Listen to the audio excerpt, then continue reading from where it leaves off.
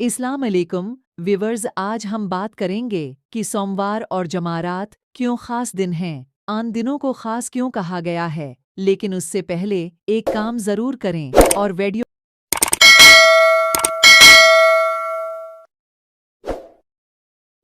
Video को like भी करें। इस दिन अल्लाह के सामने तमाम मुसलमानों के अमाल नामे पेश किए जाते हैं।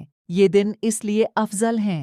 इन दिनों नुकसान उठाने वाले कौन लोग हैं? इस दिन हर एक के आमाल नामे अल्लाह के सामने पेश किए जाते हैं और सबको अपने गुनाहों की बख्शिश मिलती है। इस दिन उन्हें नुकसान उठाना पड़ता है जो अपने मुसलमान भाइयों से क़ता कलामी रखते हैं। अल्लाह ने फरमाया, जब तक ये सल्ह न कर लें इन्हें उनके हाल पर छोड़ दो।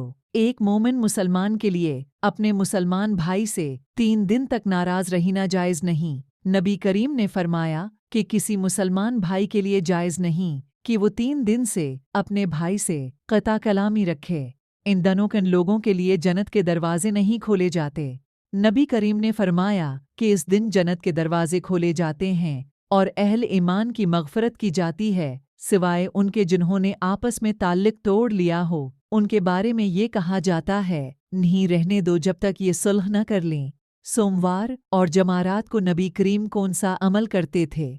नबी करीम ने फरमाया कि इस दिन मुसलमानों के अमाल नामे अल्लाह के सामने पेश किए जाते हैं। मैं चाहता हूँ कि मेरा अमल जब अल्लाह के सामने पेश हो तो मैं रोज़े की हालत में हूँ। उम्मीद है कि आप सब सन दिनों की फजीलत जान गए होंगे। अल्लाह हम सबको अपने भाइयों के साथ मिल-जुल कर रहने की तौफीक अता फरमाए, आमीन। और कैसी लगी आपको ये वीडियो ज़रूर बताना।